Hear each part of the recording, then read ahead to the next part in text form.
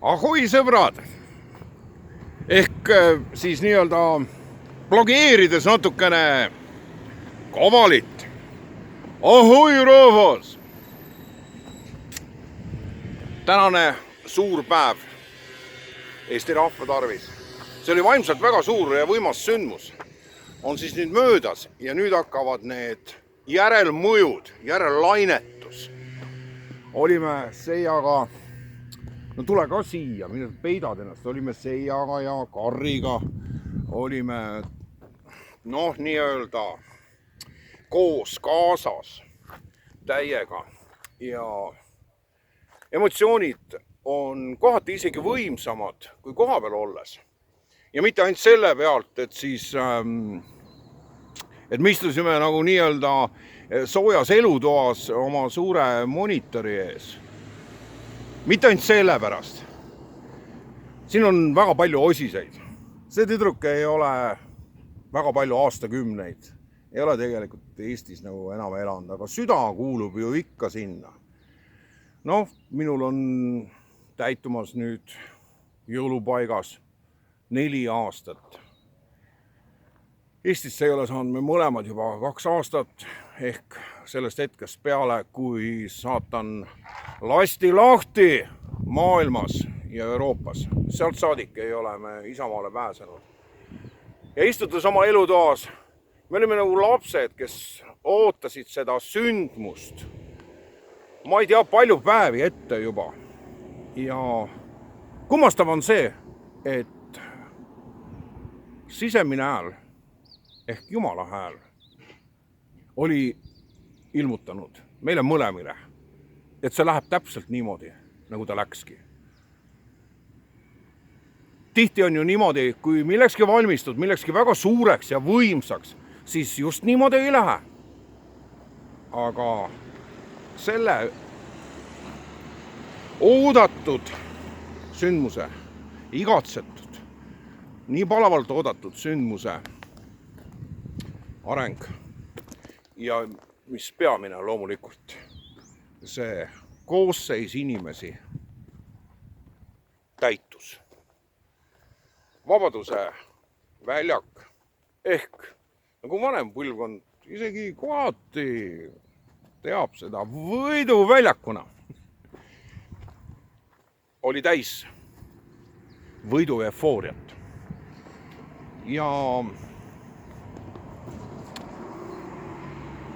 ma tean sellest platsist 1,2 ja olen seda platsi alt ja pealt näinud. Ja teate sõbrad, seal oli 10 000 inimest kohal. 10 000 pluss, mitte 10 000 miinus.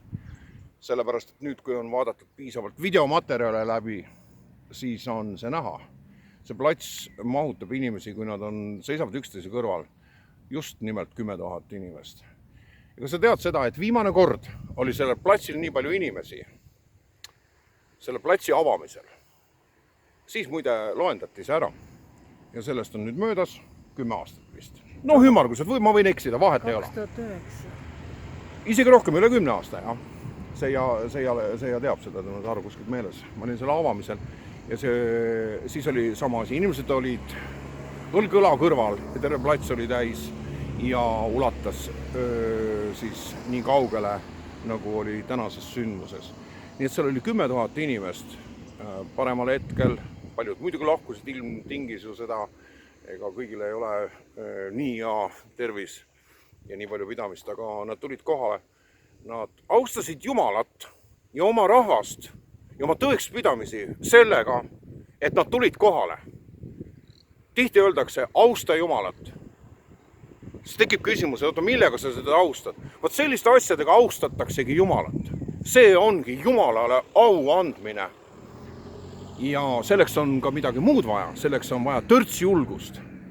Ürituse läbiviimise, korralduse, tervikuna tema vaimse olemuse üle ei ole mitte midagi muud öelda, kui see lihtne tõik. 12 punktist 12 punkti. Absoluutselt. Alati, ja ma olen väga kriitiline. Seal ei olnud võimalik leida mitte ühtegi korralduslikku või mida iganes organisatsioonilist, ütleme, teemaarendused, järjestused, konferentseerimine, muusikalised, nii-öelda need vahetükid, mitte midagi, see oli täiuslik sündmus. Sest loomulikult me ju oskame silmad kinni pigistada, kui mingisugune niisugune võimas asi leiab aset. Pigistame silmad kinni, et mis me sellest räägime, see läks nagu natuke pekki. Seal mingi koht, eks ju, mingi nüanss. Jälgides seda laivis ja nüüd üle vaadates veel erinevate rakursside alt, sest neid operaatorid oli ju hästi palju ja iga üks paneb oma tükikese Facebooki või siis mingisugusesse muusse keskkonda ja neid on vaadatud iga nurga vahelt.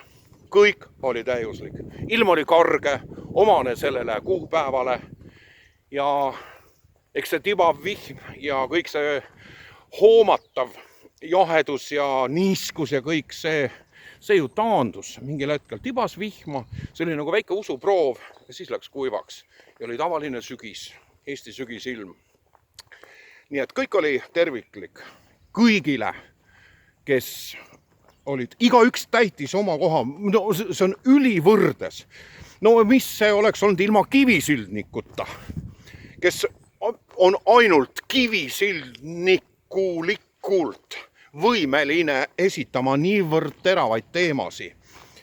Mis see oleks olnud selle pisikese armsa printsessi, selle väikse laululinnu Laikre, kõige väiksema, mitte kõige väiksem, ühesõnaga, mis oleks ilma temata olnud? Mis see oleks olnud ilma perfektselt konferentseeritud üritus, mis oli Raimondo Laikre poolt, perfektne konferentseering. Ja nii edasi, kõik oli täiuslik. Ja Eda Mikkeri imearmsad plakatid. Jah, see ja kõrvalt, et meie kallis armas sõber Eda Mikker, Pärnu kunstnik, kes on väga palju aastaid. Ma ei mäletagi, kuskil 10-12 aasta raames kindlasti on ta teinud narratiivseid postereid, mis on kõik eraldiseisvad kunstiteosed, kuna ta on väga hea joonistaja ja maalija ja see on tema eriline and. Need narratiivsed plakatid, mis on tegelikult suur kultuuripärand. Kunagi tuleb aeg, kui ma tean, et ajaloomuuseumis leidub inimesi, kes on väga huvitatud nendest posteritest. Ja Eda, kui sa seda videot kuulad, ma ei teagi täpselt, ma ei ole sinuga vahetanud seda infot, kas su poole on juba pöördutud. Ma tean, seal on terve osakond, nad on sellest huvitatud. Vaatamata sellele, et Eesti Kansis nagu on, ta on täiesti pekkis.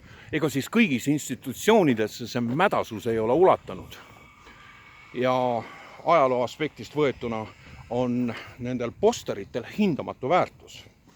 Ja nad kunagi saavad seda ajastut tähistama.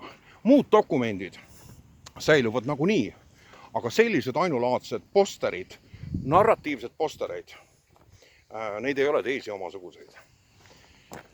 Täiuslik, võimas läbimurre inimteadvuses, nendel, kes me siis oleme, need lamemaalased või putinistid või kes iganes. Mind isiklikult jätab see külmaks. Mul on kasvanud väga paks nahk pikkade aastatega. 2015.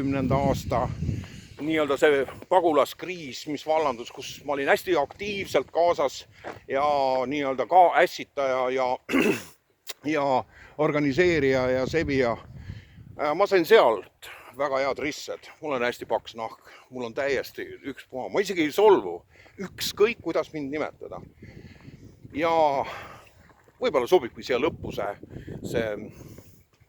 see tore mõistukõne.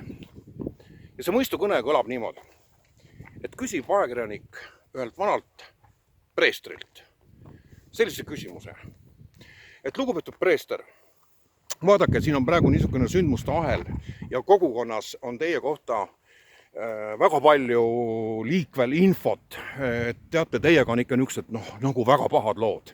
Ja need jutud, mida teie kohta ju räägitakse igal pool. Et kuidas te suudate kõige selle keskel niivõrd rahulik olla? Ja see vana preester vastas niimoodi, et vaata, noormees, see teema on niimoodi, kui see, mida minu kohta räägitakse kogukonnas, on tõde, siis ei ole mul vähimatki põhjust ärritumiseks, sest see on ju tõde. Juhul kui see, mida minu kohta räägitakse, kõik need sahinad on vale, siis ma ei näe selleks mitte mingisugust äriideed. Ärrituda, vihastuda selle peale, asuda ennast kaitsma, õigustama, sest see on ju vale. Nii tõde kui vale on Jumalale teada. Kõige olulisem on see, kuidas on sinu suhe temaga, meie looja Jumalaga, kes täna on meile naeratanud ja on andnud meile uut lootust, uut jõudu, usku edaspidiseks. Ole hoitud, sõber.